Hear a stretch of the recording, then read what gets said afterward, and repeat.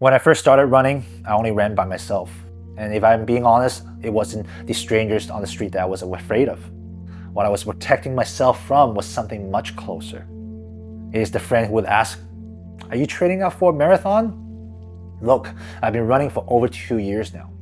I've looked back at the time when I first started running. I've noticed judgment shows up in 3 layers. The top layer is obvious, you see it from other people. The layer underneath it, it sounds like help. And the bottom layer is the voice you hear when there's nobody else in the room. And that's the one I'm still learning how to deal with myself. Let's start with the top layer, being judged by strangers. Here's what I found when I went looking for how common this is. On the beginner runner subreddit, someone posted, "Embarrassed when I run as a beginner." Top response with most upvoted says, "Other runners usually don't judge you. Non-runners can't judge you for running while they don't." On the Couch to 5K subreddit, "Anxiety of being seen while running is stopping me from doing it." The top response says, "I can promise you, if people notice you running, they either don't care or most likely judging themselves for not running." The first layer feels massive when you're standing in your driveway and it feels like everyone has a camera pointed at you. The good news is that this fear dissolves on its own. And the only way to start this process is to start practicing and get used to it.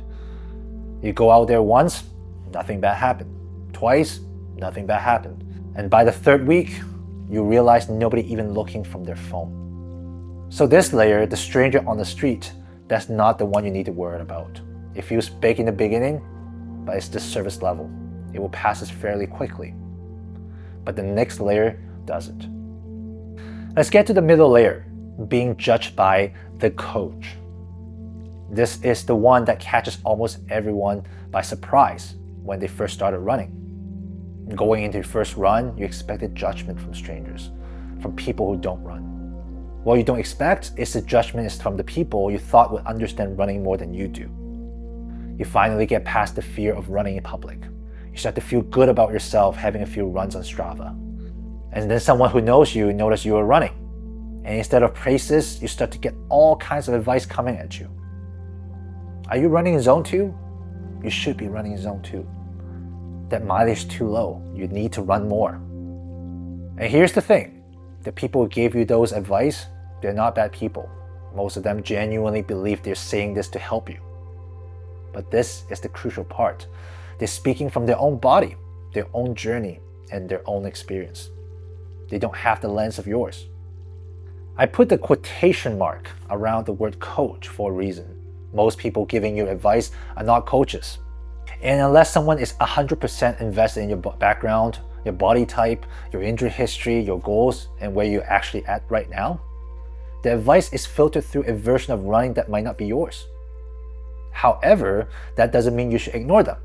That's called being stubborn, and stubborn doesn't get you anywhere. It also doesn't mean you should accept everything they say. And here's the important skills nobody taught me, and I have to learn it by myself. The skill on how to process feedback without feeling obligated to apply all of it. When someone gives you advice, appreciate the intention. They cared enough to say something. But then you decide what fits you. And another important is that you don't need to explain why you're not following someone's advice. You don't need to justify it. You don't need to defend your plan. You prove what works by implementing your own version of it. Now there's one more coach I want to mention, and this one is subtle. It's the one sitting on your wrist. I've been using the same Garmin watch since I've started running 2 years ago.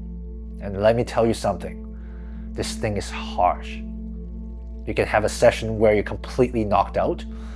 You gave everything you had and you look down and it tells you, unproductive, or training status, maintaining. Another day before you go out for a run, it gives you a suggested workout that has nothing to do with how your body actually feels that day. And that's what makes the watch arguably worse than any human. A human coach, even a bad one, will at least have a conversation with you. You can push back and you can ask why. The watch would never have a conversation with you. It just gives you a label, a number, or a verdict. And because what the watch tells you feels very objective, we tend to trust it more than we should. But the watch has no idea how stressful mentally and physically you are. And if you let it, it will train you to ignore how you feel in favor of what a number says. This is where it gets tricky, because sometimes the watch is telling you something real, and the heart rate is high. Your easy run don't feel easy. The question isn't whether to listen to the watch or ignore it. The question is whether you understand what the numbers actually mean for your body. I made a full video breaking this down, why your heart rate spikes on easy run, and how to know if you actually run at the right effort. I'll link them at the end. So whether it's a personal device, the skill is the same. Appreciate the intention, filter the feedback for your reality, and prove what works by implementing. The reality is no one, no person, no watch knows your body better than you. No one knows what's actually sustainable in your life better than you. And that means the learning doesn't come from blindly following someone else's plan. It comes from experimenting yourself, trying things, and adjusting fast.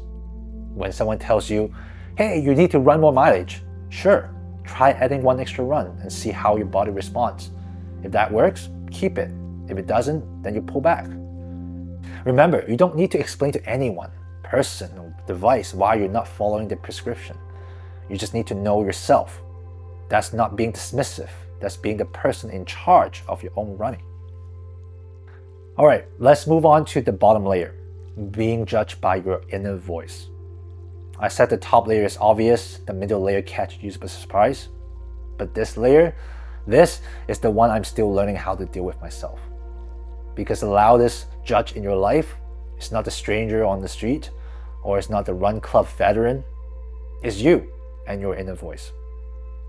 You finish a run and your inner voice starts to scream, I should be further along by now. Other people start at the same time as me. How are they already faster than me? Why am I not improving? Here's the question I had to learn to ask myself when that voice kicks in. Am I judging myself based on where I am right now? Or am I judging myself based on where I want to be?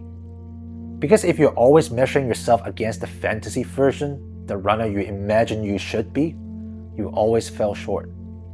The gap between where you are and where you want to be, we always feel like you're not enough every single time. And that's not fair to yourself. But that's the skill and lesson running will teach us. Because when you learn to manage that voice on the run, when you hear it says, I'm not good enough, and you keep going anyway, you change the way you see yourself. Now, managing the inner critique is only half the work. Another simple but important half is learning how to celebrate. If you're watching this video, you're the kind of person who wants to build a running habit in your 30s, or whatever age that's considered old, and you want more from your health, more for your body, and more for your life, then you probably have something in common with me. First and foremost, I take pride in being who I am, being someone who wants more for myself, and that will never change. But wanting more has a downside to it. When we are always looking ahead at the next goal, the next pace, we stop seeing what's right in front of us. We stop seeing the progress we've already made. Think about that for a second. When you finish a run, whether it's an easy run or a hard session, did you acknowledge mentally that you completed it? Did you let yourself feel it? Or did you immediately jump to judging yourself by seeing how far you're away from your goal? This is a skill, and I would argue is one of the hardest skills to build. Learning to stop and feel good about yourself and says, that was good, I did that. And here's why this matters more than you think. If you don't know how to celebrate progress and let yourself rest in the small wins, you're probably mentally blocking yourself from making the real progress you need. Because real progress isn't just about what you're doing during the run. It's what happened between the runs. The recovery, the relaxation, letting your mind and body absorb the work you just did. And you cannot recover properly if your brain is already chasing the next thing. You cannot relax if you're still judging the run you just finished. Recovery is not just physical. You have to recover mentally as well. This connects to something bigger about running after 30. I call the whole thing you need your scaffolding. the support structure that makes running sustainable. I made a video on how to build your scaffolding properly, and I'll link it at the end. A focused mind is powerful, but a focused mind that can't relax, that is just tension. What you actually need is a relaxed mind while staying focused. Two things at once, relaxed and locked in. That sounds like a contradiction, but it's not. It's a state that you can build. And the way you build it is by practicing celebration. After a run, don't just stop and move on. Take 10 seconds, acknowledge what you did.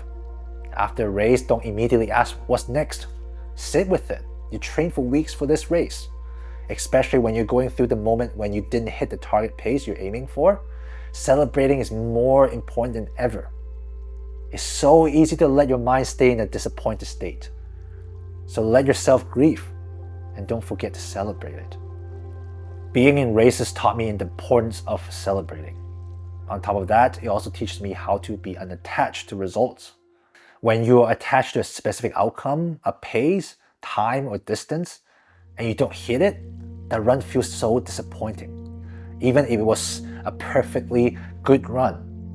But when you learn to celebrate the effort itself, the showing up, you become less dependent on the outcome.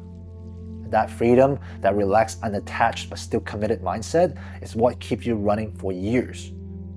This skill is not easy to build, and I'm still building it. But I know this to a fact.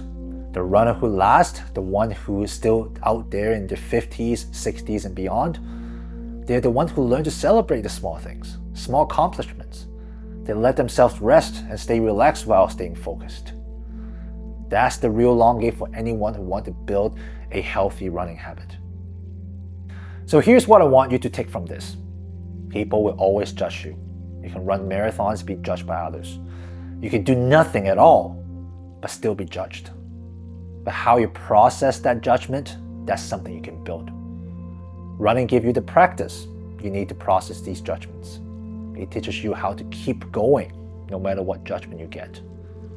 And that skill will transfer to work, to family, and to everything day to day. My name is Felix, just figuring things out one run at a time. If this connected with you, if you feel this kind of judgment and it has been keeping you from running, drop it in the comments. Which layer hits closest to you? Is it the strangers? Is it the watch? Or the voice in your own head? If you want to go deeper, I got 3 videos that connect directly on what we just talked about. One on why your heart rate spikes on easy runs, one on my breathing framework, the diagnose and match method, and one on why recovery after 30 works differently, and the scaffolding you need to make running sustainable. I'll see you on the next one.